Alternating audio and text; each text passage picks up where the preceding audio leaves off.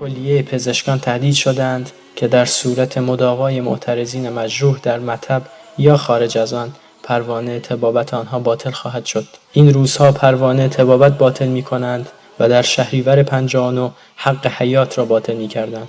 شهلا و نسرین کعبی را به جرم مداوای مجروحین سنندج تیرباران کردند. یک پرستار در سنندج آمد دنبالم. وضع را که شنیدم گفتم تا برسیم مرده است. رسیدیم. زنده بود. گفتم امشب تمام می‌کند.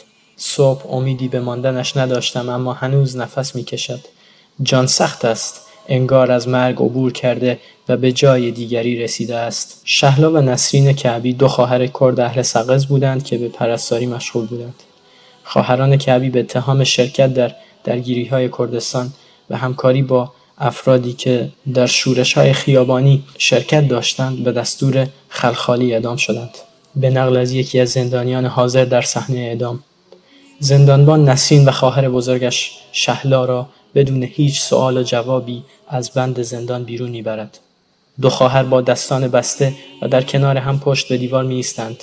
پاسداری دو تکه پارچه سیاه رنگ را برای بستن چشمان این نفر می‌آورد. نسرین مخالفت می‌کند و چشمبند نمی‌خواهد. شهلا خواهر بزرگتر چشمبند را می‌پذیرد و در جواب خنده تحقیرآمیز پاسدار که تو می‌ترسی یا؟ می‌گوید البته که نه.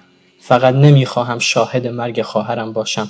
در اینجا نسرین هم خواهان چشمبند می‌شود. امروز ما همه اسیر این چشمبندها هستیم، اما مرگمان آهسته و پیوسته رقم خورده و ما از این مرگ خواب‌آلود هوشیار نشدیم. امروز روز رستاخیز انتقام زندانبانان نسرین و خواهر بزرگترش شهلا و ژینا و شیرین و همه زنان جوان مبارزی است که در راه حق طلبی جنگیدند و مبارزه کردند.